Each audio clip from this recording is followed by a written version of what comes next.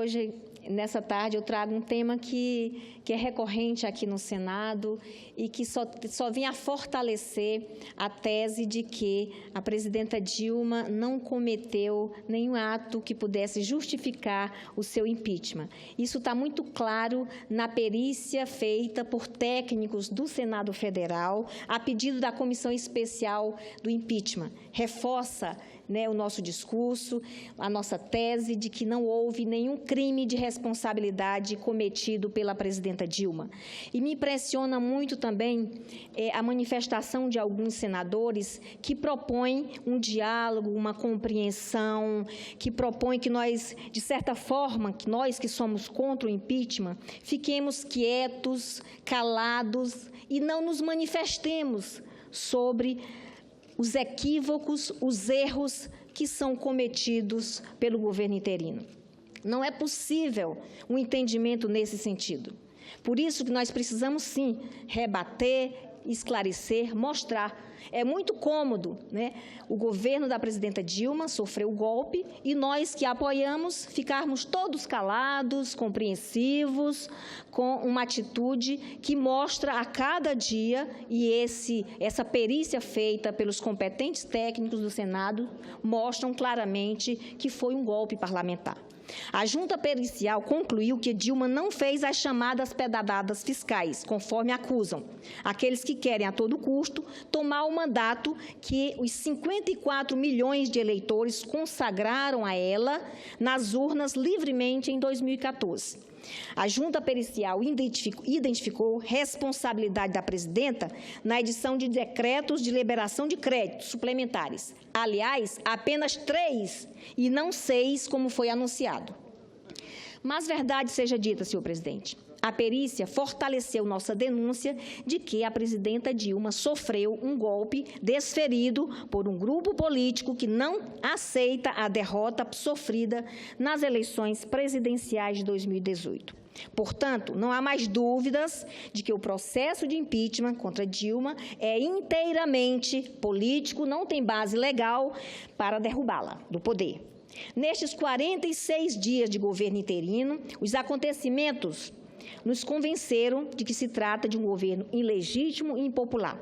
E também um governo contrário aos anseios da maior parte da população, exatamente aquela mais carente de políticas públicas, de inclusão social, econômica e cultural. É um governo contrário ao modelo implantado nos últimos 13 anos, claramente comprometido em assegurar a todos o estado de bem-estar social. Um exemplo do que digo é do governo interino a proposta de emenda à Constituição que limita os investimentos nos serviços públicos, destinada a reduzir gastos em despesas primárias no poder executivo, legislativo e judiciário. A PEC atinge em cheio os concursos públicos e o reajuste do funcionalismo. Sem contar que a PEC abre brechas para se fazer cortes imperdoáveis em 2 áreas fundamentais, que é a saúde e a educação. Com esta PEC também sofrerão contenções recursos destinados ao Ministério Público e à Defensoria Pública.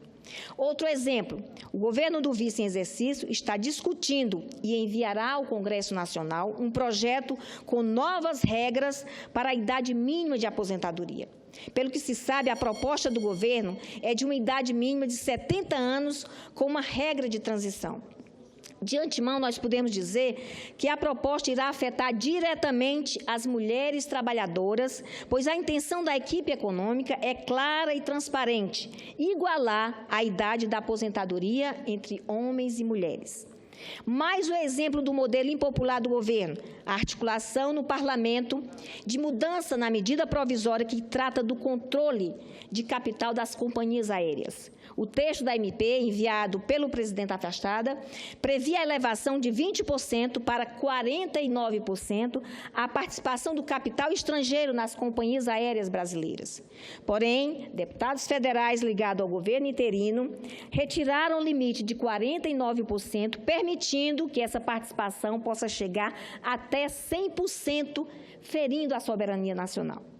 Eu sou relatora dessa MP aqui no Senado e entendo que a integração nacional é benéfica para o Brasil, especialmente para o meu estado de Roraima, os estados do Norte, onde o isolamento regional é um obstáculo ao desenvolvimento.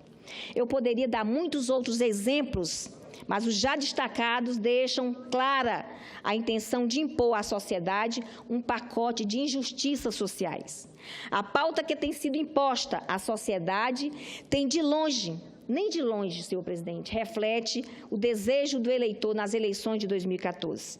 A propósito, está no Diário Oficial da União que o governo interino transferiu para a Presidência da República todas as dotações orçamentárias da Secretaria de Mulheres, Igualdade Racial e Direitos Humanos.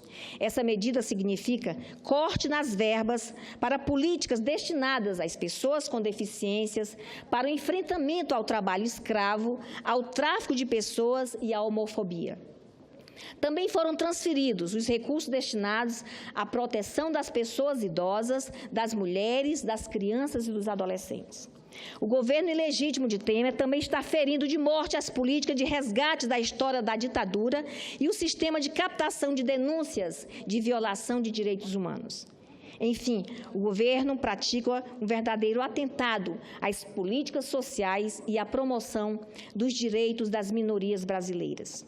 No caso da educação, setor estratégico para qualquer projeto de nação, o governo atua na perspectiva de interromper um processo acelerado de aumento de investimento. Investimentos estes que registram, desde 2008, um aumento de 117% em valores reais, só com despesas de manutenção e desenvolvimento do ensino. Estes investimentos superaram em 28% o mínimo determinado pela Constituição. O governo golpista acabou de interromper a bolsa mensal de estudantes de doutorado que fazem curso em universidades da Itália, Holanda e Reino Unido por meio do programa Ciência Sem Fronteira. Os estudantes que têm contrato de 4 anos com o governo federal não foram sequer comunicados da decisão do MEC de interromper o programa. Estão agora passando um sufoco fora do país.